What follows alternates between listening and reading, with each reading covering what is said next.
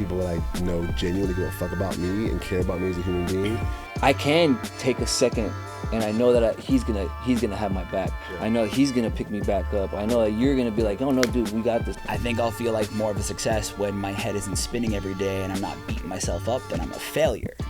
And I'm happy with who I am in my own skin. I think it's super important to go into, like, I call it caveman brain, but like, I just need to be human with some other humans for a little bit. I will say that I think that people use happiness as a drug, which means they're trying to avoid something. Mm-hmm. I'm not down with trying to use anything to avoid something.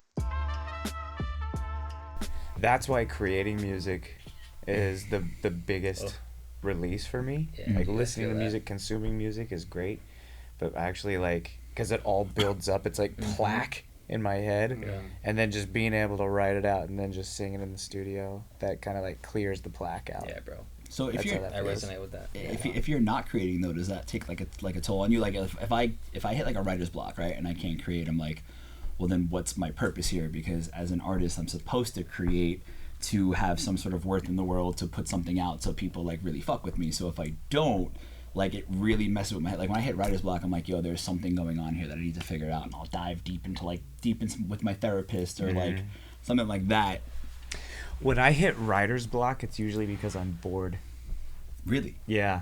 Like when I'm bored with life, I can't get inspired to write about anything. So I had a situation. Don't touch me. I had a situation that really, really pissed me off lately, and I have been going through writer's block, and this, and I was just kind of bored, and something really set me off. Like somebody really set me off, and all of a sudden, no more writer's block. Yeah. Really? And I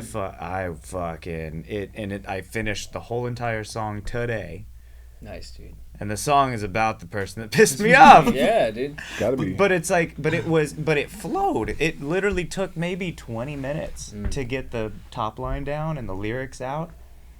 And it's so weird because writer's block, when I have writer's block, it's like I cannot get anything out. I can't make anything sound good. But when something provokes me, it's 20 minutes. So you have to live life to be able to experience it's stuff to have something to write about. Exhausting. I think the reason why artists get in relationships so that they could create some drama to write about. That's why sometimes artists self-sabotage too. Absolutely. Because once we get into that space where we can't write anymore, we have nothing to inspire us, we volatile. We're like, what can I shake up right now in my life to give me something to write about? Yeah. What I try to do is I try to, like, if I'm in a room with somebody, I try to dive deep into whatever the fuck they're going through. Like, I've been making music on live on TikTok, and I'll just ask people, like, hey, what do you guys want to write about? Because my life is boring right now. I have nothing. There's nothing inspiring me. I have a great relationship. I have a roof over my head. I have good income coming every month. I have great friends. Like, there's nothing negative I could write about, and that's sometimes where, like, my fuel comes, is like a heartbreak or like getting shut down or getting something, or someone pissing you off. And it's either like I'm super in love and that's super inspiring, or like something just really isn't going right and that's super inspiring. But is it working? Going on live and getting other people's stories and writing about them? It's been really good. Yeah. And I'm a big melody guy, so I'm good at melodies. But sometimes words just don't come to me, And then when I get somebody else's story, like, oh, this is awesome, I could write about this, and not feel like, oh, I'm writing about my life, and nobody in my life is gonna feel a certain type of way because I'm writing about this. Like, I wrote about a breakup song the other day, and I'm in a happy relationship. You know what I'm saying? But it's cool to kind of just jump into that space and try to, like, I've been there before, So it's not as hard to be like, I've been there before. I know how that feels like. I know what I could say. Like, I know what I would say in that moment. Right. You know what I'm saying? Like, I know what I would feel in that moment, and I could easily just be like, okay, cool, this isn't about me anymore. Interesting. Like, so it's helping me a lot because it helps you with writing stories. Like, that's what music is. You gotta, it's writing stories. You're writing stories so people will follow that can relate to other people. Sometimes it has nothing to do with your own life. But like how many artists, like, their first album is always the best? Yep. Because that's where it's like the struggles coming from, and the heartbreaks coming from. Absolutely. And like, even when I finished the first album with you and you're like, all right, well, we gotta have a second, or Nate's like, we gotta have a second one, I'm like, shit. But everything's going so Well, well. that's the thing. All my pain is in that album. It's because you spend your whole life writing your first album, and then you're rushed to create a second album in the course of a few months. It's not that easy. Yeah. You know. You gotta live. Yeah. But I think it could be positive inspiration too. I mean, it's with, like, I go through writer's block as a filmmaker and a writer, and it's whenever anyone asks me how I go through it, I'm like, I separate myself. And music, whatever. It's like, get away from the art. Try your best to not even think about it, and just go like live life for a bit. Because music, filmmaking, any art is inspired by experiences, positive or negative. So I'm like, I just try and go live life, and that could be sitting on the beach and box breathing. You know, it could be seeing a seagull and be like, oh, that'd be a cool shot. Yeah. Oh wait, that inspires that character to maybe, and then it started, like, I let it kind of come to me, and then I sort of get back in the rhythm. Hold on, I was just gonna ask, because we're all like a little similar here in how we operate. It's like, I feel like when it's something that's darker and a little bit more twisted, like I kind of come to it more, right? Because I had all this anger inside of me for so long, right? And like conversation with the boys, right? We were all taught as men, like, keep it in, and you can only show anger, and so like there's all this darkness that was inside of me that would drive me fucking crazy. So it's like, I feel like that is more of a safe space for me. So when I hear somebody, whether it's a movie or a show or a song that like has some really dark undertone to it, like I gravitate towards it. Sure. But even the darkness, I think, can come from otherwise mundane experience. Like, you never know where it might come from. I had a roadblock on a feature film I'm writing, and I was like, I got to remove myself. So I picked up a new hobby, astrophotography, and I was like, I'm just gonna go nerd out in the fucking mountains for a bit. And as I was taking these like long exposure things, this idea clicked in my head for the darkest moment in the movie. Like, the scariest, most fucked up, darkest thing came from me nerding out on galaxies. And so it's like, you never know. But the dark stuff, I agree, tends to be more romantic and a little more tangible as far as like art an artistic output. It's so difficult because you don't want to encourage darkness. True. You know, I never want to encourage darkness. I'm like you. I come from the darkness. I live in the darkness. It's really funny because I'm just making a joke about it now. Me and my wife were driving to. I was just thinking that. What's that? Born in the Born Bane. Yeah. I was born in it. You merely live in the darkness. I was born in it. Exactly. But we were driving to Vegas and it was completely black outside. It was nighttime. And I was like, babe, I think the afterlife is going to suit me well because I'm okay with complete dark void. And she was like, what is wrong with you? And I was like, oh my God, I didn't even mean to say that out loud. And so now we're turning it into a joke, but I'm like, I don't want to encourage darkness, but that's where I get inspired. It's kind of a conflicting thing with me. I don't know how to be inspired by something positive. You know, I haven't learned that yet. I think that's probably a technique that's beyond me right now. I'd love to get to that. But easier I think said than done. It all links to each other. I also think it depends on the individual too. Yeah. Like, I'm the same way. I feel like something super positive, I'd rather just kind of live in that moment, and instead of draw inspiration from it, kind of just want to be like, okay, this is awesome. This is a very positive moment. When you see a dark, like something very dark, something very negative, you can draw from that and kind of detach from, like, that's not, I don't want that for me, but I can take from this, you know what I'm saying? And I could use this to my advantage. You need to have one to have the other. Yeah. Because otherwise you don't Right. even realize the darkness unless you know that the happiness. Yeah, exactly. There's like the yin and the yang in it, but like I think, like, especially today, right, we're talking about like positivity. I think there's so much toxic positivity that exists that everyone's like, well, just manifest and be happy, and the more happy you are, the more you bring in. It's like, yo, fuck you, I don't want to be happy all the time. Like you said, you need one to have the other. Like, I will enjoy the happier moments more if I get to experience this pain that I'm going through, but then also I have to learn how to let it go. Yeah. And I think a lot of us don't let that go, and that's when you kind of spiral. Yep. Yeah, I will say that I think that people use happiness as a drug, which means they're trying to avoid something. I'm not down with trying to use anything to avoid something. If I'm feeling something, I need to sit in those feelings and figure out why I'm feeling it. Amen. Yes, sir. it just turns out that I'm experiencing those times more often than not. The toxic positivity though is super real though. Like all the Instagram memes and like healed and like you can't do anything till you're healed. But you're never And gonna it's heal. Never. You'll never fully be healed. Do these tattoos all of us have heal? No, they're fucking there. Like it's you know, we put lotion on them. You get a little better, but no one's just this perfect like I'm so happy. That's ridiculous. We were just talking about that. We were like, this is a cycle. Things are a cycle. It's not a beginning and an end. Yeah. It's a beginning and an end, and that end is a beginning, and that beginning is an end, and it's a whole cycle. We're never done here, which doesn't make any sense because we're linear. Humanity is linear, but I don't think that consciousness is. I agree. I agree with that too. Yeah. Movie. Write that down. Write that down. Nolan come from anywhere. Well, I mean, but like that's the point. Like, there's no actual thing of healing, right? You're always learning the lesson, and then from that forms another lesson. So how can you fully be healed if the purpose of consciousness is to continue to grow? Like, then you're like as soon as you hit one thing. I mean, as soon as I feel like, oh, I'm healed, I figured this out. Something else slaps me in the face. It's like, oh, nope. It's a human condition, man. Yeah. It's a human condition to never be fully satisfied with what we have. Once we get to that goal, there's always another goal.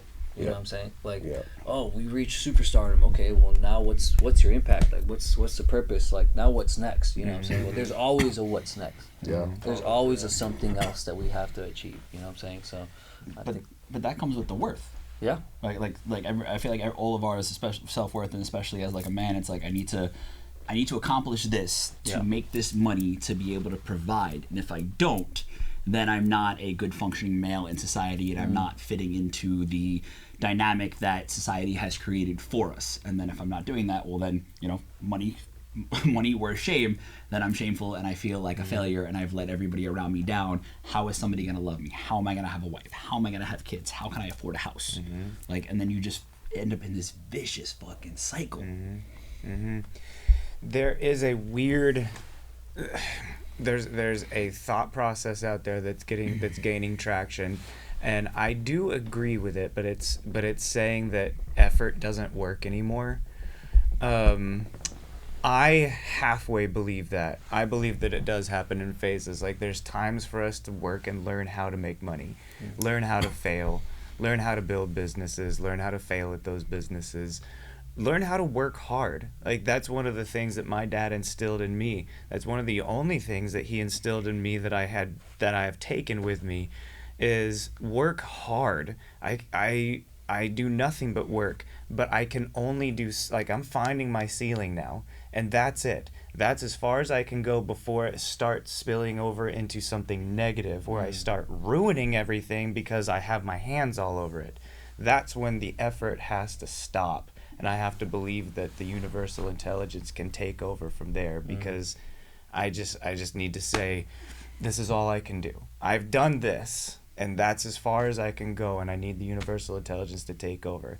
Some people are like, it's only universal intelligence and effort never works. I don't believe that. I also don't believe the other side, where our parents taught us it's work, work, work. You do your 9 to 8, and you go home and you go to bed and you get up and you do it again. That's not fulfilling either. So, but they also told us if we work, we'll be successful.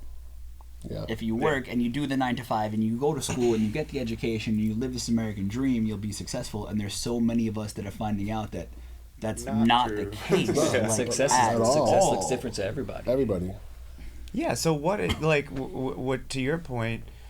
When do you gauge success? Like, is it a certain amount of money? Is it accolades? Like, where do you gauge your success? I used to think of it that way, right? Because, like, again, bringing it back to the whole worth as a man, it's like, in order for me to be accepted, I need to have the accolades. I need to make this amount of money. I need to have this type of wife and drive this type of car and this type of house, because that's what we see TV, movies, all growing up. But I still think there's a part of me that feels that way because it's just been instilled in me for so long. But I think there's also now, like, the more I get in touch with my feelings, who I am, the more I'm able to have good friends where I can open up to and really sit and talk about consciousness and things like that. It's like, I think I'll feel like more of a success when my head isn't spinning every day and I'm not beating myself up, then I'm a failure. and I'm happy with who I am in my own skin, right? Like, how do you feel about that? Because me and you have talked about this a lot.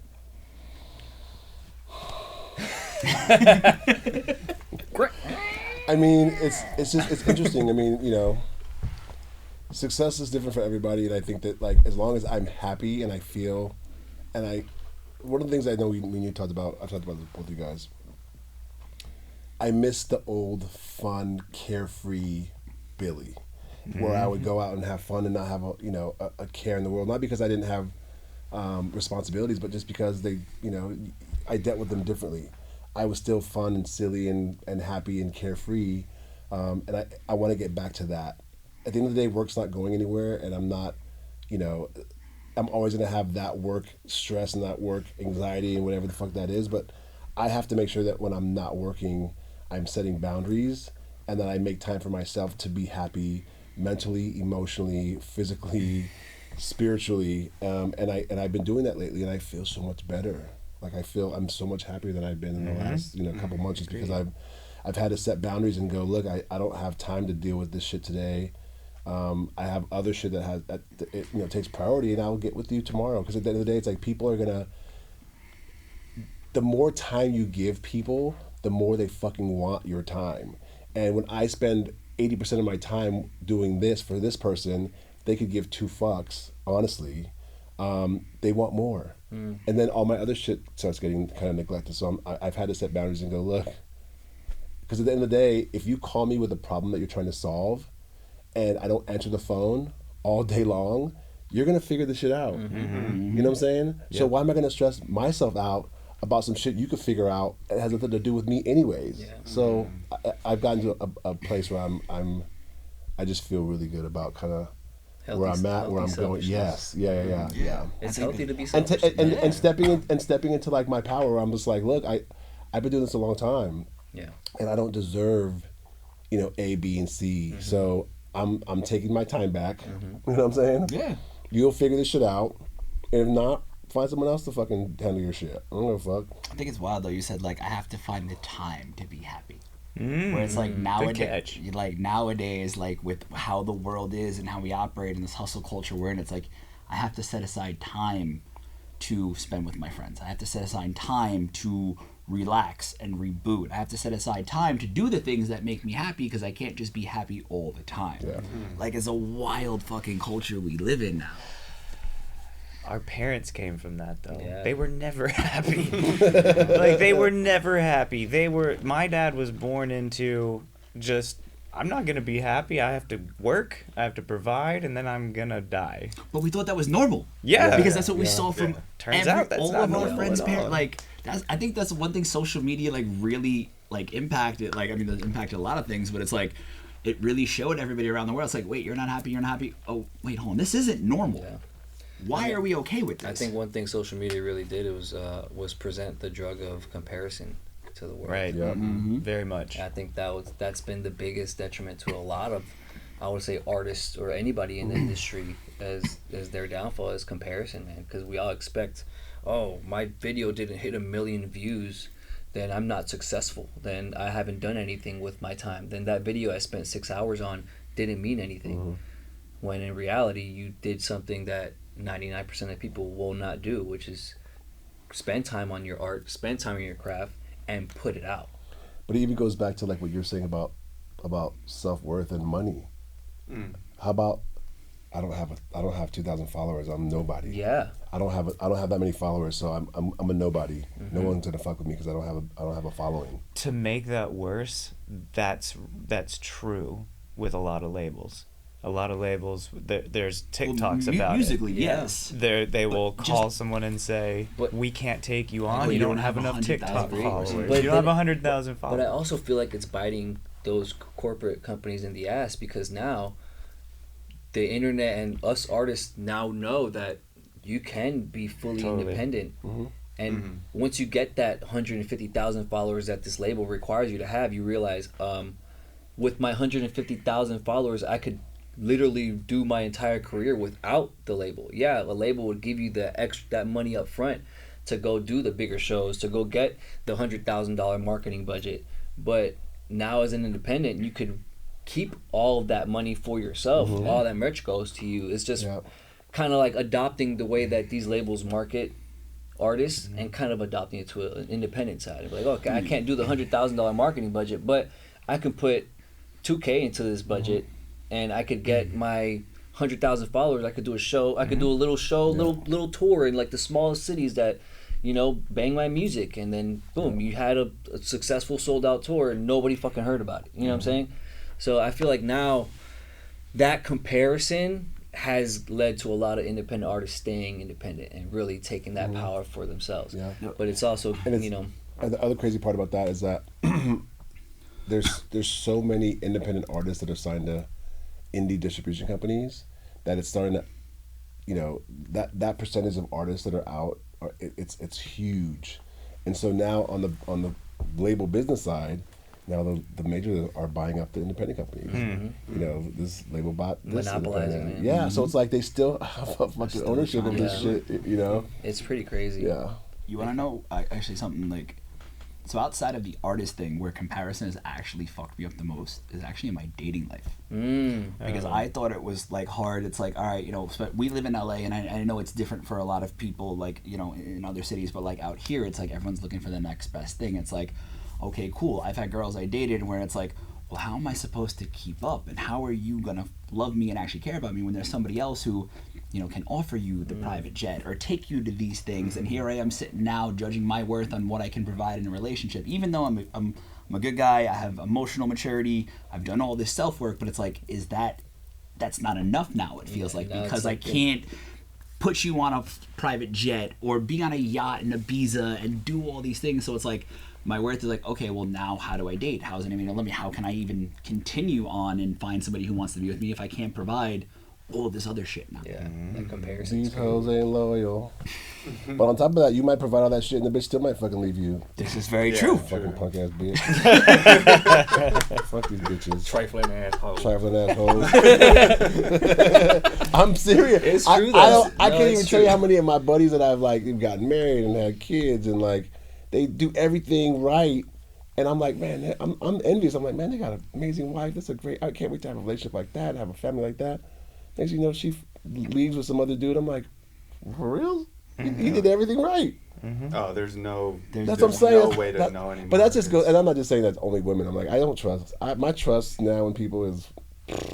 There's nobody. No one's safe. Yeah. It's fucking gone. I mean, like, it's gone. But it's gone. When my last relationship ended, I questioned that aspect of it because it is a little. I think LA maneuvers a little different. I agree. And I don't want to think that she thought this ever, but I couldn't help but wonder, like, was I not good enough career-wise? Was I not good? I've done 3 feature films. One was theatrical, but like, did I not do the cooler one? Did I not do the one the friends know about? Or the industry goes up and down too. Like when she met me, I was admittedly in a rut. Did maybe even rightfully so, did she think like, oh, that he doesn't work enough, or he's not like trying enough, even though I was.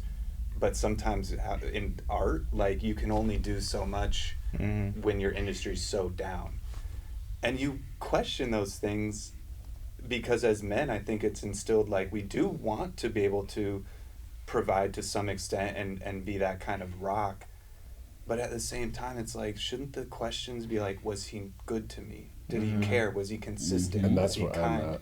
That's what I want to Find worry somebody. about, and I was all those things, but And I always feel like if someone really truly loves you, then they'll see through all of that stuff. Yeah. And whenever I hear stories about like people that are like, oh well, you know, your job this, your job that, I'm like, if she really loved you, she would really, you know.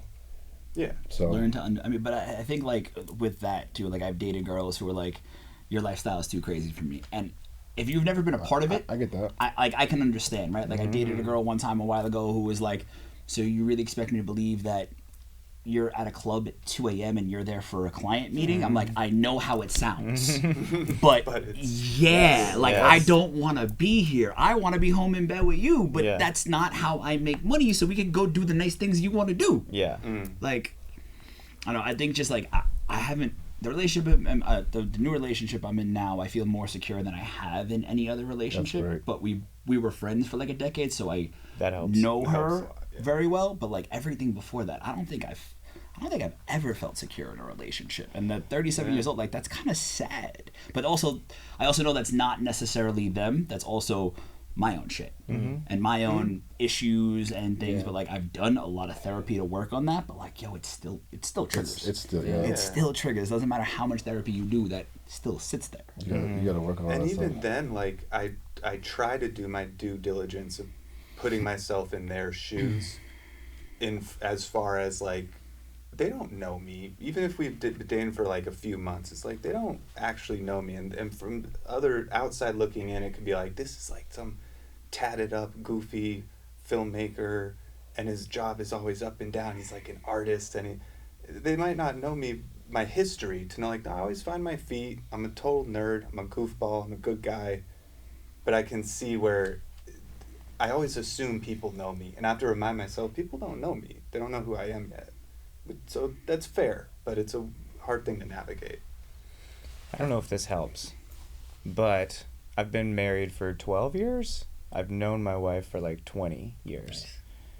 And when I met her, I'm still a mess. Like I'm still a complete This mess. does not help. Hope that helps, guys. That's where I'm going to leave it. I'm still a complete mess. However, when I met her, I was very close to not being on this planet anymore. And I remember, dating a few different people, but the one person that made me a better person is my current wife. Like when we started dating, I wanted to be a better person. I enjoyed myself a little bit more. She actually empowered me to pursue music. She wanted me to pursue music. That's awesome. That's amazing. And that's how I knew. I was dating, true story, I was dating two different people at the same time. And one was just one of those like crazy hot people. And We've all had the crazy hot person. Oh yeah. my favorite. Yeah. Not anymore. And Sorry, then my girlfriend at the time is now my wife. And I remember I told both of them a story about what I was going through with a band that I was in, and I was explaining the band drama. And I explained it to the hot crazy one. And she's like, well, just quit. She didn't want me to be in music anyway. She wanted all of my time. She wanted to take from me. I said, interesting. I went and told Cricket the same exact problem with the band drama. And she's like, well, I think you need to have a conversation with this guy about that. And then how are you taking this? And how are you feeling about that? And you guys need to go do these shows. And you guys need to go do this. And I was like, all right. Yep. There you go. Ride or die, Awesome. yeah. That's it. And look at you now, touring the world. And now I get to Singing tour everywhere. Oh, Like, yeah, dude. And I have heard that's thanks to her. And so it's tough, man. I don't even want to know what it's like to date in LA in 2025, much less anywhere else in the world. But when I was still dating, that's the one I wound up with. Bro. I wound up with the person that empowered me. Yeah. That's awesome. And All right, I think feel better. That's a But I'm still a complete mess. no. That's a beautiful example of. You do not need to be some enlightened, healed, love Right. yourself before you meet somebody. The right person will We'll see through all of come in that. and fulfill a lot of that. Yeah, thank you for sharing that. That's Yeah, that was beautiful. awesome. yeah. But you don't want to fall for potential, though. No, 'Cause I think a no, lot of they people need to yeah. genuinely. There are a lot yeah. of people that are like I want to wait till I'm healed. Well, you're never gonna get there. And then there's people like, well, I see the good in it, because I've done that before. It's like, yo, I see the good in Same. this girl. I know she has it in her. But I've it's like, tried. but I've tried hard. But it's like, all right, well, maybe I see it and you don't, or maybe you just don't give a shit enough to be that, or like, yo, maybe I am romanticizing this in my head because I'm a visionary person, so like I can see things for days, and then I'm like, I can go from how we met to how we're getting fucking married and like that, which isn't healthy either. But I'm like, run. That was quick. It spikes the dopamine. Though. I don't know though, because if she's just as crazy as you are. No, but I mean, I see that. You can find somebody who matches your crazy. I remember when I first saw Jake Gyllenhaal, I was like, we're getting married for sure. I understand. I definitely understand what you're saying. Jake Gyllenhaal, if you're watching, coming for you. Oh, that's so funny, dude. That is awesome. That's good. I thought that though, because my two things are everyone deserves love, and I thought about that Wedding Crashers Vince Vaughn, the crazy redhead, and he goes, you know what, Doc? Maybe I'm a little fucking crazy. Yeah, you're exactly right. Maybe I am. But we all are. Like, we all have our shit, but it's like having somebody that you can talk to, like, as long as I don't have to hide it. Like, my head is always fucking going nuts all the time. Yeah. So it's like the fact that I have somebody that I can just be like, I know this is irrational, but this is what I'm thinking. And she's like, okay. Like, oh, thank Go God. with that, yeah. All right, I feel you. see where you're going. Okay, it's not that. Here's the reassurance. Thank you. That's all I need. And I think it's sometimes just finding the partner who like sees the faults and like, all right, cool. That's okay. If this is what you do, you need that? All right, cool. I love you enough. I'll give it to you. 100%. Yeah, someone that makes you feel safe, that you can like be yourself and not, and you know what I'm saying? Unconditional, just they have your back. They see you. They want to just let's just do life together. Let's do it. It's me and you against the world. Come on. I got your back. Come on, Jake Gyllenhaal. I got your back. I know y'all do. I love y'all. I feel like that's kind of like how me and my girl came to be. Before I met my girl, I stepped into this point in my life where I was like, you know what? Every single relationship that I have from now on, I'm just gonna be fully myself, and if they leave, then clearly they weren't for me. My girl was one person I was fully myself, and she was like, hell yeah. And she started being super freaking weird too, and I was like, oh, you're weird that's too. That's what it's about. And I'm like, we could be weirdos together. Yeah. Now I sniff her toes in the morning. Yeah, bro. You know what I'm saying? Like, I wake up, I grab her feet, I go, I'll be like, your feet stink, man. You know what I'm saying? Like, now it's funny. Now it's being fully yourself and hoping, not even hoping, just waiting. It's really just a waiting game because there's 7-8 billion people in this world. Like, there's gonna be someone that's gonna like your stink too, you know. So that's only like your stink. I like, you know I like your stink. I think that's the main thing. That's what we need to title this. I like your stink. You gotta find somebody that likes your stink, bro. Honestly, and like that's a beautiful thing. People in relationships will get it. You know what I'm saying? People in healthy, good relationships, because I did grow up with like, I only grew up around girls, and my mom was very strict. She played both roles. I had 3 sisters, so I was very picky with like anybody that I brought around my family. My family is all girls, so it's like you have to be up here or better than the girls in my family for me to even bring you around. Right. You know what I'm saying? And it's funny because my grandma is one of those ladies that like she called off a marriage because her ex fiance farted in front of her. Oh damn. Ooh. So I grew up in one of those like houses where like you had to be like a perfect gentleman, and I was a kid and I was just I was a boy. I'm a boy. Let a boy be a boy. I was farting everywhere, burping everywhere. My sister was like, "You're never gonna get a girlfriend like that." I'm like, "Well, joke's on you. Look at I'm was it Dutch oven? I got come here, girl. The ultimate sign of love, man. You know. So I think that's been the one thing where it's like you really gotta find your weird, man. Gotta find the person that matches your weird and enjoys your stink. Absolutely. Yeah. And I think finding that that's what should be making you feel worthy. Yeah. Not so much like the status that we've all been looking for. It's like, you know, it's just this fucked up concept that the world that we're all in, it's like we have to have all, like going back to comparison, we have to have all these things to feel worthy, but it's like just be your authentic self, find somebody who matches that weirdness of you, that stank of you, and then it's like, oh, because now I can be myself, and now it's like, oh, it's okay to be me. Yeah. I can be this version of me that, you know, I was told I shouldn't be as a kid, or I should keep my mouth shut about, or I should keep down inside, and it's like, well, No. Yeah, That's when you're gonna find that authentic person for you. Yeah, dude. Yeah. And I feel like that goes with everything. All the other people in your life too. I've always felt like you want to surround yourself around people that continuously make you feel childlike. That's what I was saying. And not like it's not about being childish. It's about staying in your childlike. Yes. Like, bro, if you could be in around a group of people that you still feel like, Yep. like we're like us. I feel like I'm 16, 15 years old with my homies. You know, like kicking it, like fantasy football, like kicking the shit. Every other relationship that I have to like. I'm 40-year-old dude. You know what I'm saying? It's like you gotta find your childlike group. I'm in this place now where I work's not going anywhere, and I want to have fun and have adventures with people that I care about. Yeah. Nothing else to me right now really matters. Like at the end of the day, it's like there's so much that comes along with with work and all the other stuff. It's like you have to deal with it. It's fine. Stress, anxiety, whatever. I just want to be happy with people that I know genuinely give a fuck about me and care about me as a human being, and I care about them and I enjoy their company, and let's just fucking have some fucking fun times. Just travel and explore new things and meet new people, and exactly. Yeah, that's all I want. That's all I want. Yeah. How do you balance that with drive?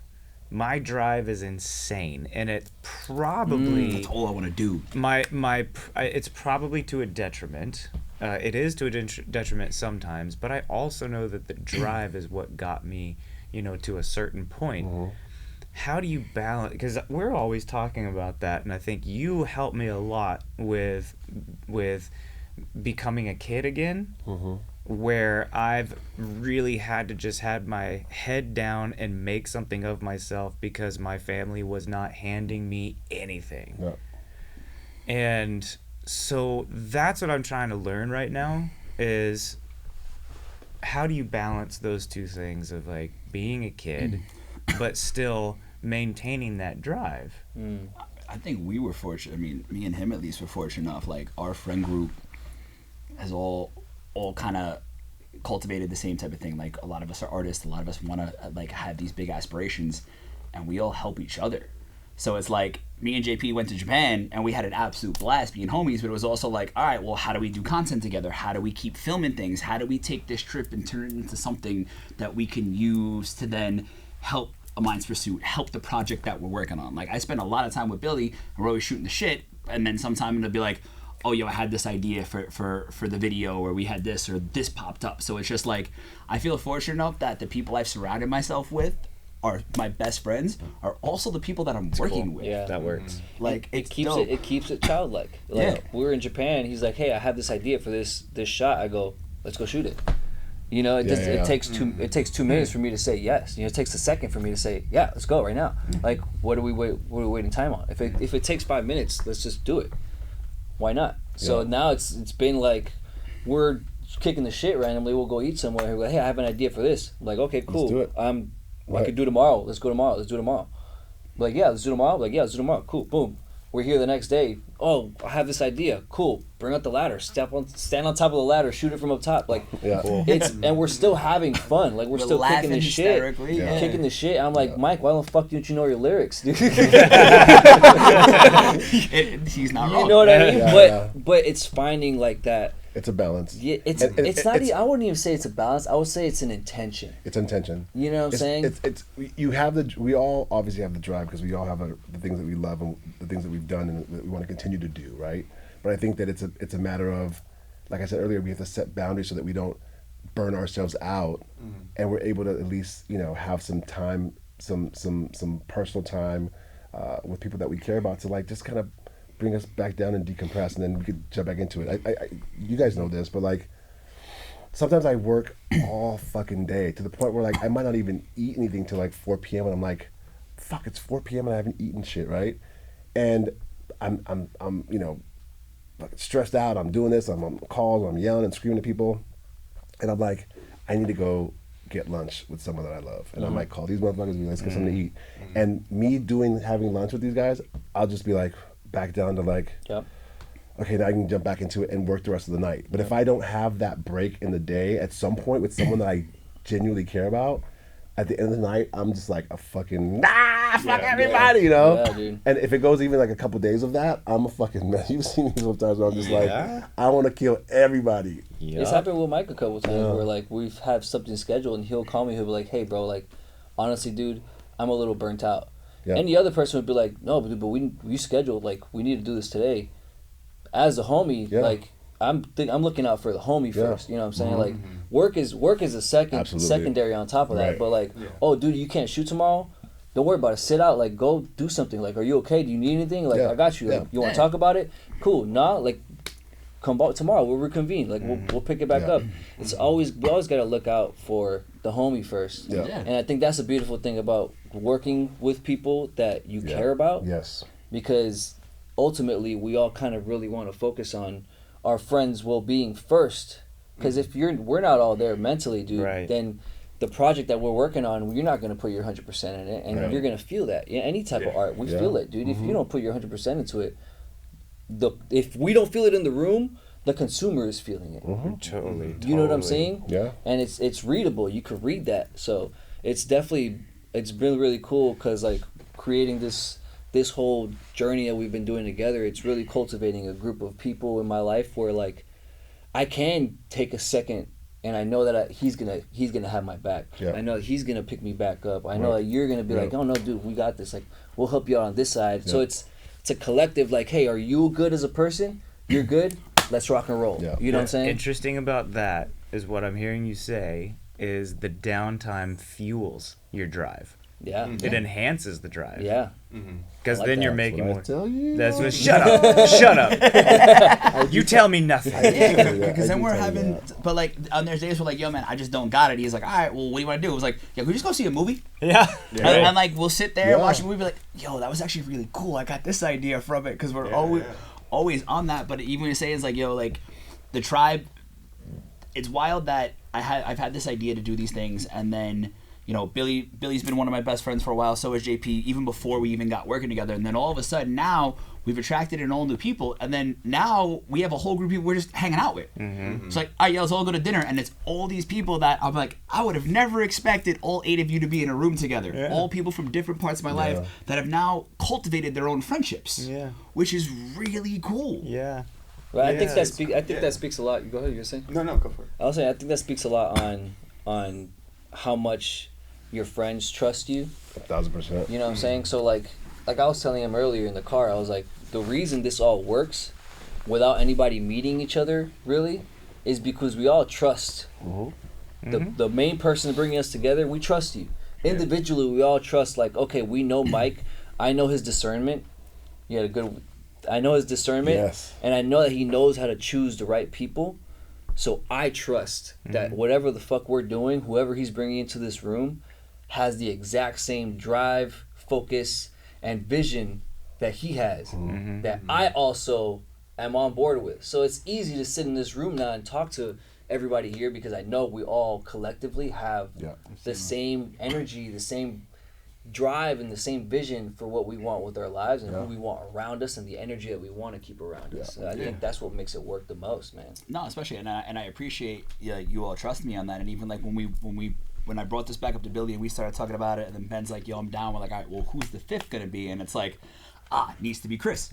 I mean, Billy said, like, yo, that actually makes the most sense. He's open to the conversation, has the drive, fits in with us, but it's like, I met Cris through Billy. Billy's like, yo, Cris is a great dude. Vouch for him. Cool. I trust Billy all day. You say Cris is cool people? Cool. Let's bring Cris into the circle. And you two met him for the first time today, and we're having this open conversation. Guys, I have friends. Me and Billy were talking about this, and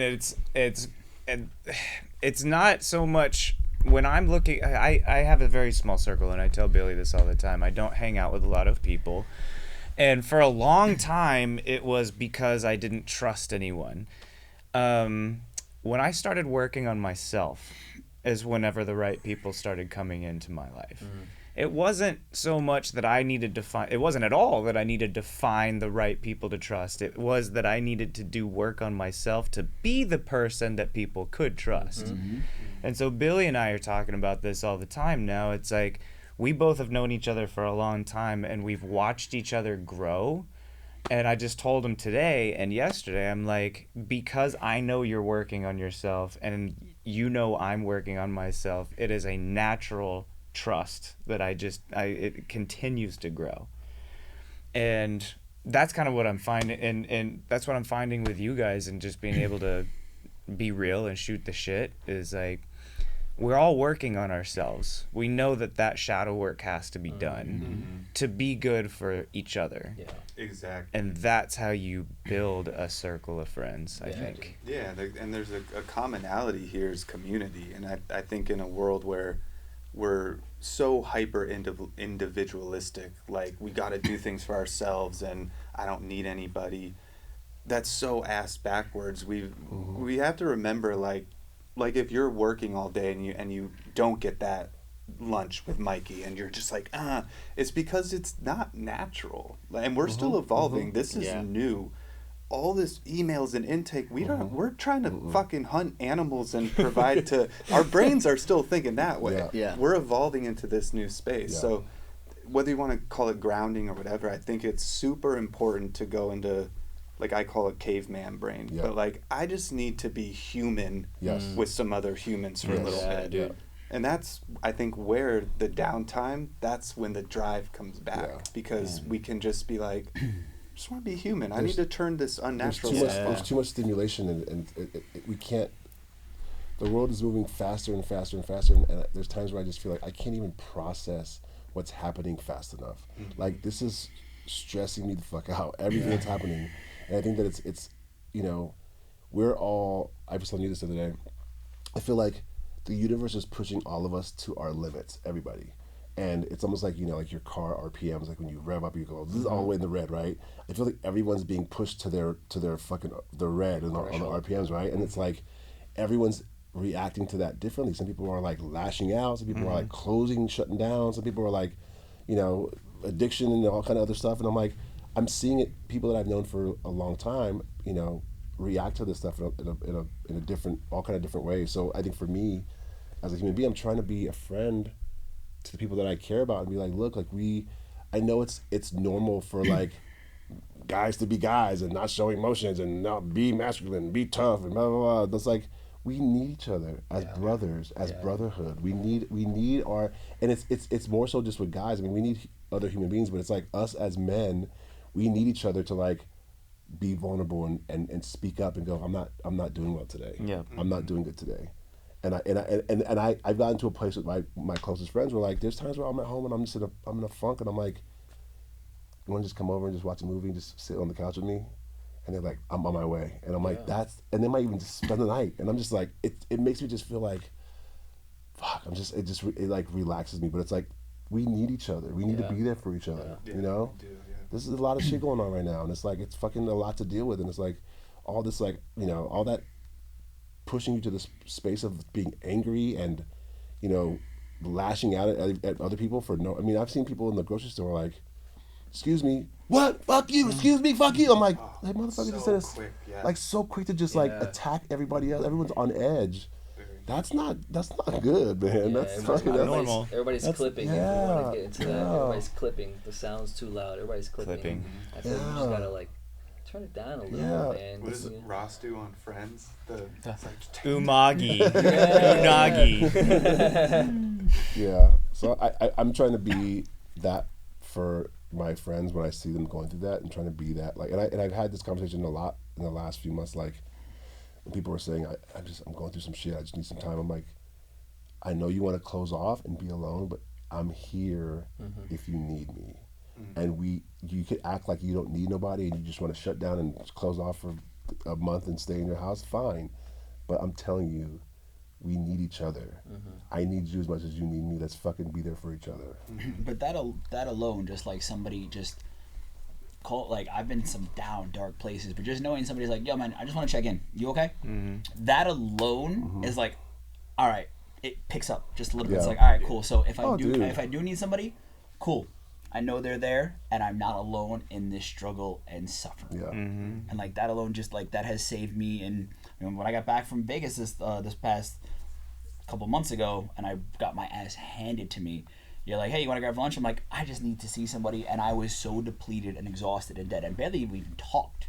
But I was just like so grateful to have a positive energy there and somebody that I know I could have. And it's like knowing somebody that I trust, like you said before, finding the tribe of people that have the shadow work. Because we have a lot of friends. We had a huge friend group, and so many people have fallen off. And it's more because we just didn't align with that anymore. But then the more those people fell off, the more like-minded people who exuded the energy and was on the same frequency that we did came into that group. And like, and it's wild because there's people I thought I'd be friends with for life that it's like just doesn't, and it's unaligned for, and it might not be forever, but it might not be forever. At this point right now, we're taking a little bit of a. It's kind of devastating, though. It's kind of devastating when you see that someone's not doing the shadow work. They're not doing the work themselves, and you just can't align with them. You want to, because that's your buddy, that's your bro. Yeah, I have a buddy that's your person. I'm dealing with right now. I mean, you know how many people don't even know that term that you just said, though?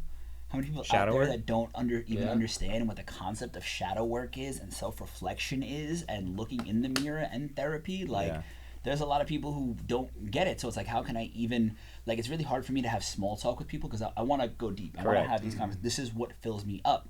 And then when you sit and talk with people, the fact that I'm able to pinpoint the things that you're having problems with that you don't even realize, how are we supposed to connect? Right. Or when I say this to people, like, oh, have you done the shadow work or done therapy? They look at me like I'm crazy. Like, what do you mean frequency? What frequency? What's a frequency? How are we on the same level? What are you talking about? And it's like, that's when you know you're not. Yeah. Have a good day. Yeah. That's what I was telling you when hiking. I'm like, you can't even comprehend what I'm talking. It's but then people are like, oh, you're a snob. Exactly. It's like I'm not a snob. I feel this way about it. I know my people. No harm, no foul. Wish you the best. But like, it is boundaries. I mean, you spoke to that. You said like positive selfishness, healthy selfishness. Yeah. Very, very true. I mean, when I got sober, I noticed that quickly, and it doesn't mean at all that they're bad people. It does, even when you say wavelength or frequency, doesn't. When I say it, I don't mean higher or lower. I'm not placing myself anywhere above or below anybody. It's just different. Yeah, and it's like, hey, that doesn't work for me right now. So, gotta take a break. You know. You know what I'm looking for? I love the people that can call me out on my shit. Yeah. And and I know it's coming from a genuine place. That's the difference. So I have a friend of mine who I was telling him a story about. It was a moment where I was just completely rejected. It was a huge opportunity, and I didn't get it, and I was rejected, and that rejection was causing me to be angry at the project, at those people, and I kept making these snide ass comments about those people. And my buddy, we're driving back, we're on tour, and he looks back at me. He's kind of autistic, so it makes it even better, because he doesn't have a filter. He just says whatever he's thinking, but it's all honest. Like, we all need an autistic friend. Honestly, I think that might be me. Great. I would love to be your friend. I think, dude, we are friends. We are friends now. I think that is definitely me. I think you can attest that. Yeah. But he turned to me and he goes, you know what it sounds like to me, Chris? And I was like, no, what? He goes, it sounds like you're just mad. You're just mad because you got rejected. And it made me go, oh man, you know what? You're right. And he goes, oh, did I? Like, he didn't even realize it. Oh, did I overstep? I was like, nope. You said exactly what you needed to say. I'm mad because I got rejected, and those aren't bad people. I'm just being an asshole. Yeah. You're correct. I just got triggered, but I love friends like that. Like, I have a homegirl who will call me out on my shit every time, and I'm just like, this bitch. Like, I'm like, yeah, you're right though, and she kind of scares me a little bit too. So, that helps. Yeah, she kind of scares me. Well, you're right. Too, But if it comes from a place, friend like that too, and one time she but said, Ben, you can't get it past me. I know you better than you know yourself, and I was like, we're not dating or anything. I'd be like, no one knows me that well. But when she said that, I was like, you totally do. You absolutely know me better. She knows everything. I love it. It's nice. We need it. No, we definitely need it. Well, like you said, if it comes from someone it's coming from a genuine That's the place. difference. Yeah, exactly. if you don't, it has to be. There has to be trust there, because if you feel like they're doing it to like one up you or like jab you or spit some venom at you, then it's like, okay, motherfucker, all right. I try to do it in a very funny way. I know. Yeah. I always try to do it in like a. It's just fun. This is funny. I'm gonna make it sound funny, but there's a lot of truth behind it. Yeah. You know, that's the one thing I do sometimes. I do it very well, but people that I don't like to, I do it and like they think I'm joking. I'm like, no, I really don't like you.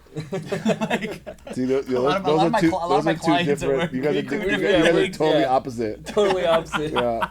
Because we were at the video shoot and he said something about my shirt and I laughed and I was like, it was funny. And then you said it again and I was like, okay, motherfucker. And he said, and then he kept saying it and I was like, okay, JP, shut the fuck up. And I said, I'm sorry. And then I literally shut down. Then he like came to. You could tell I was like, I walked through, I was like, this motherfucker. And then I went up to him and I apologized. Yeah, he's like, bro, I'm sorry. Really? Yeah. Do you know how adult that is? That just doesn't happen. It really was like, I really like. Because I could read, you I could could tell, sense, yeah. I could sense it. Like I know sometimes I could get under people's skin, but like when I sense it, I want to make sure that you know, like, hey, like, I love you. Yeah. I only tease my friends if I really care about them. You know what I'm saying? I'm that type of friend. Yeah. Like, I'm a tease you. Yeah, you did it. The whole rest of the day, I was just like. Yeah, and then I was That's like, why you were so quiet. And then I went up to him and I go, hey, I'm sorry if I bothered you with what I said. I didn't mean it that way. And he was like, it's okay, buddy. He gave me a hug. But yeah, I definitely, it's like you said, it's something that I've also had to work on too as a homie, where it's like I have to sometimes I get too ahead of myself and I get like too teasy, you know, and then people start getting, certain people are different. Some people don't, what the hell, man. I hit both of y'all, I'm sorry. Certain people are different in the way they take things, you know what I'm saying? So like that's something that I've had to navigate too with some of my friends, where like I gotta understand their boundaries and I understand where their threshold is. I know Billy's threshold. Yeah, but well, it's even funny, even at your birthday when you were talking about Myron's man, and you kept going, and I was like, Myron go at it, and I saw Myron start getting a little annoyed. I was like, I was like, see, JP getting it wasn't just me. Yeah, so, no, but I will say. But then I came behind you. That's when I hugged you from behind. I was like, motherfucker. Yeah. I will say that is something that I do that people have realized that like I can get a little teasy, but I know how to pull myself back, and I know where I'm like, okay, I crossed the line. I'll go say sorry. Like, hey, my bad. Or like, I was just teasing. Yeah. But at least you have that point. Like, there's like, if one of us fuck up, all right, cool. You know what? I'm gonna mess up sometimes. I'm gonna say the wrong thing. I'm a human being. Yeah. But I at least have enough respect and knowledge to be like, yo, I apologize. Right. And I can own up to it right away. And if you're good friends, it's like, thank you for that. And you're just gonna let it you go. Move past it. Yeah. You know, like Big Billy was like, I'm gonna fuck you up. You said it again. I was like, sorry. Yep. Nope. My bad. No, exactly. But that's right away. But that's so. And he's like, healthy, and then I texted him outside. And he's like, bro, I love you. Don't worry about it. But I'm just letting you know. I'm like, thank you for letting me know. So sorry I made that comment. I think that's pretty healthy though too, because we're at that point now with our group of friends where like we can sense it. Like it doesn't even have to be said. Like no words have to be said. Like you could literally just body language. I go, oh, I fucked up. You know what I'm saying? I gotta go make this right. You know what I'm saying? And I think that's beautiful. I think it's really cool that we're at that point now with our group of friends, with the people around us, where like anybody nudges anybody in the wrong way, we are comfortable enough to be like, hey, like I didn't like that, or you're comfortable enough to fully show your emotions, not say anything, and we're open enough to be like, oh shit, I noticed that what I said hurt my friend. Let me go double down and be like, hey bro, like that's not what it was. You know what I'm saying? I think that's so dope because, like, you know, pulling it back to the whole, you know, male toughness and masculinity thing. It's like the fact that we have friends that can be that open. That's like, yo, man, what you said hurt me, and nobody give me shit about it. Be like, oh, you're a little bitch or whatever, like along those lines. It's like, yo, you know what? I hear you. I didn't mean to hurt your feelings. I'm sorry.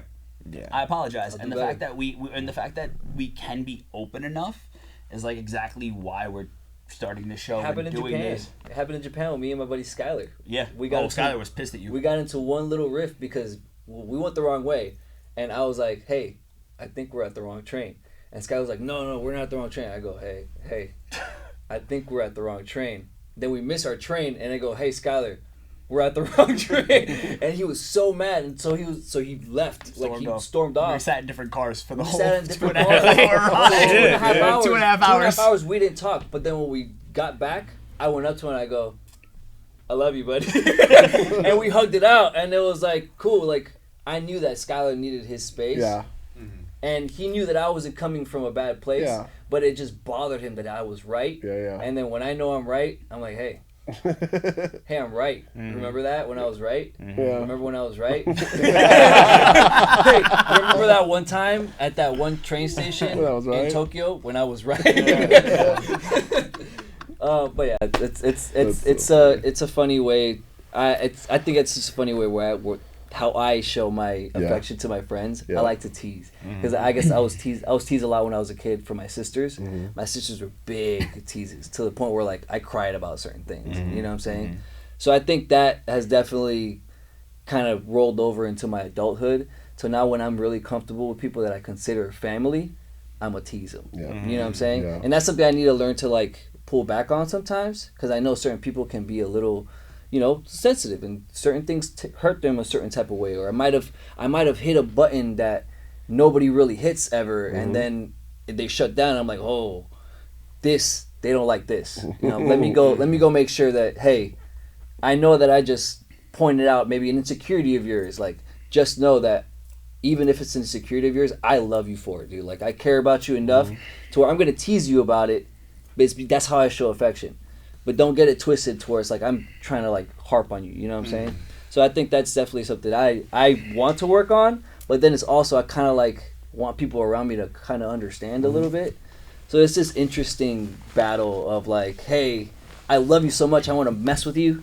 Like cuteness aggression type thing. Cuteness aggression. Like I mess with my girlfriend all the time, but she messes with me back. So we've kind of gotten into that like cuteness aggression thing. I have a question for all of you. Like fully transparent, 100% honest. How are you with forgiveness? Oh, I'm easy. I'm a big forgiver. It depends on who the person is. I'm a big forgiver. I was gonna say involuntarily like I'm great because but there's like one or two people I still in my life that I've had a hard time still forgiving, whether they know it or not. But which is a weird feeling to sit with because I'm usually so forgiving that I feel weird. I'm like, why haven't I forgiven this person yet? I don't want to be mad. Yeah. But they hurt me. So if you met me 2 years ago, I would have said I'm phenomenal. But now I'm like, no, I don't know. For me, like there's a shift. So like I can be mad at somebody for a while, but then once it shifts, it's like it's all good. But I have a couple of people that I just haven't been able to let it go, and they can tell. And these people like I was friends with for a while, and then something occurred that I was like, yo, you took, because I take all my friends and everybody into consideration when I do things, and like I'm going to have everybody's back. So the fact that, and JP knows exactly who I'm talking about right now, the fact that somebody put me and my friends, that we're all friends, in a situation that was detrimental and dangerous to us for their own benefit, and then never owned up to it, it's like, and like I've tried, and I just like I can't let it go. And usually I'm really good at letting things go, but there's certain people that I'm just like, nah, fuck you. I've done too much for you. No. And you don't have to be friends with everybody at the end of the day. It's like as you get older, it's like you could say I realize that this is not the right. You have a great time, and I'll be cordial when I see you, but we don't have to fucking hang out. No. There's people that you definitely have a bond with that you want to like keep that bond, and you make the effort to like forgive them, and let's just get past it. Sure. Because similar to you, I have people that I'm like, fuck them. And not even like. And we were talking about this last night. I have a friend of mine. I haven't talked to her in probably 3 years. She said some sideways shit to me, and I was like, "Bitch, fuck you." But it was like, even because I love her so much, it was more like, "Fuck you."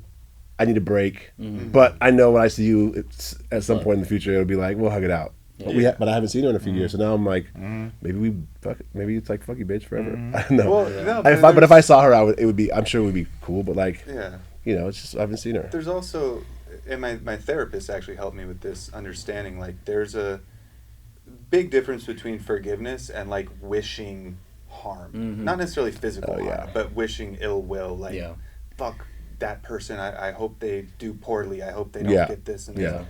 I'm not like I'm not that guy No. either. No, I spiteful. don't think. Because that But only hurts you. Yeah. Yeah. That But- negative and energy you're harboring. That takes doesn't that hurt- takes hurts energy. you. That takes Yeah, energy. exactly. I'm It like, takes so much energy. yeah. But my therapist did say you can give yourself grace and that you don't have to forgive either. Yeah. Like it's okay to just kind of let people go Yeah. sometimes. I think Just, one like, thing do your that's thing. helped me is gaining perspective, is understanding that everybody has a 24 hours. You know what I'm saying? Everybody has a day that they're going through. Everybody has their own struggles that they're going through. So I don't. One thing that's really helped me with forgiveness was when I saw my dad. So I grew up without my dad, a single mother. I saw him after 16 years. So the last time I saw my dad was when I was 13. 10. And then the next time I saw him was when I was 26. Actually, yeah, 16 years.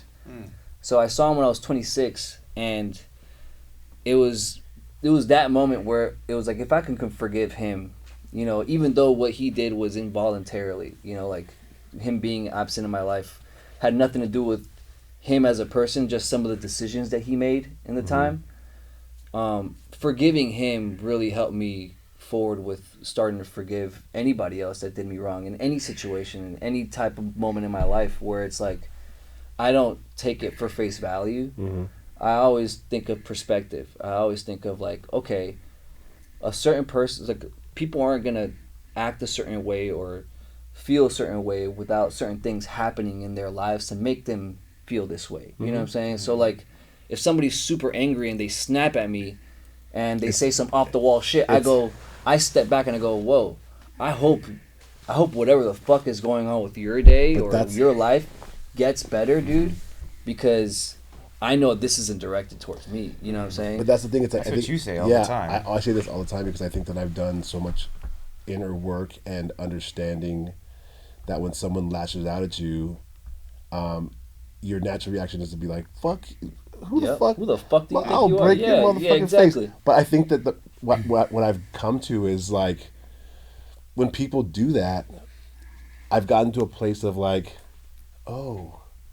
I'm sorry. I'm sorry. This has nothing to do with you. This is your own insecurities or your own trauma or your own trigger that you haven't worked through that you're projecting on me. And almost like, I actually feel for you. Yeah, you feel sorry for them. It's the compassion. And I'm like, you know, I had a situation recently where I was out working and someone that I work with just like came at me crazy, was like, no, just like went crazy on me. And I was like, in that instant, I wanted to just burn the whole place down. You know, like, I will burn this whole motherfucker down. Yep.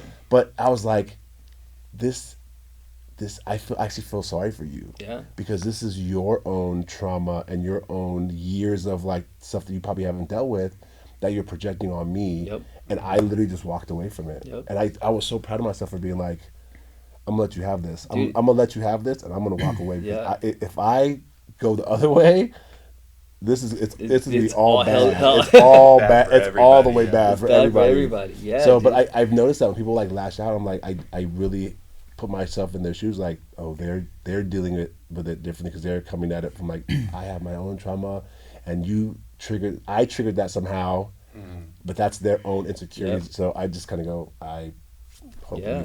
you've worked that Dude, out. perspective, man. Just gaining that perspective is like gaining a little like a Boy Scouts badge, man. Yeah. You know what I'm saying? Once you learn that. It's having empathy. Yeah, like once you learn that, like every interaction from now moving forward is now never gonna be negative on you. Yeah. You know what I'm saying? Like, I'll never hold that burden of like, oh my god, this whole situation is negative because I'm fucking mad and me and this person can't get along. Yeah. It's more like, I could get along with anybody. Yeah, that's how I am. But That's where the forgiveness it can reach like a weird ceiling for me with only a couple people, because I'll go through all of that, the empathy, the understanding, I'll even dig into their like childhood. You know, I'll be like, Yeah, I dude. totally understand why they did this, why they had nothing to do with me, but I still don't necessarily forgive them because it was still wrong.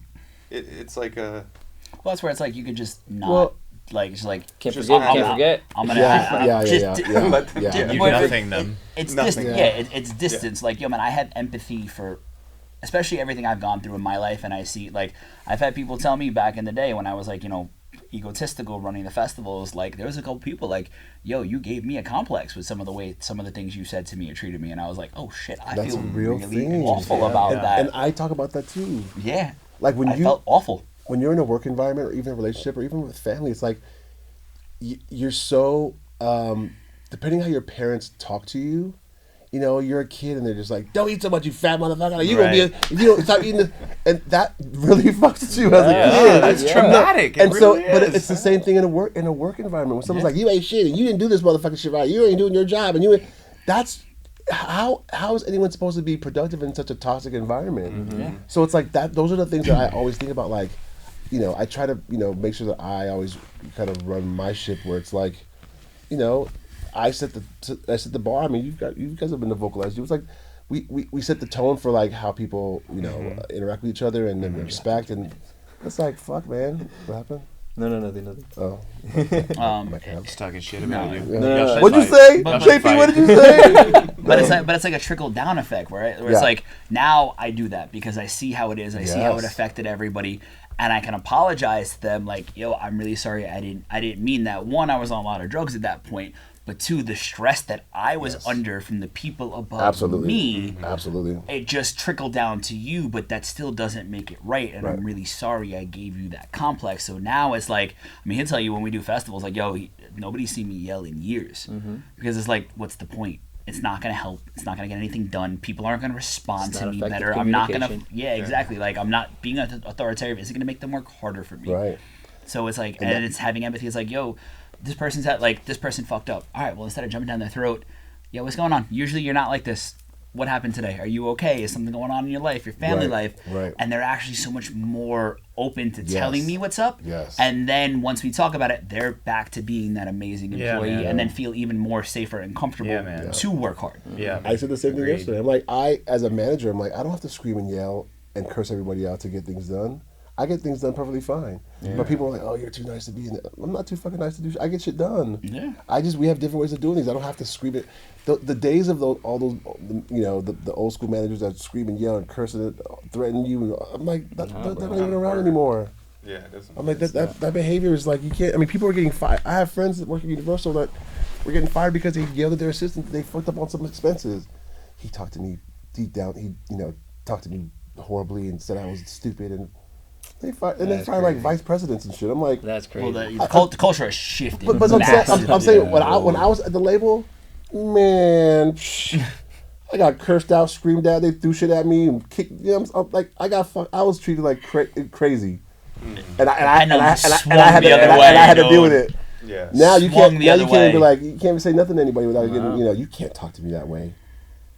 I just said your shirt was like, give me a break. It's the shirt thing again. so funny, dude. I feel like we could keep going, dude. We've had an hour and a half of 100% talk already, on dude. there. But I think it's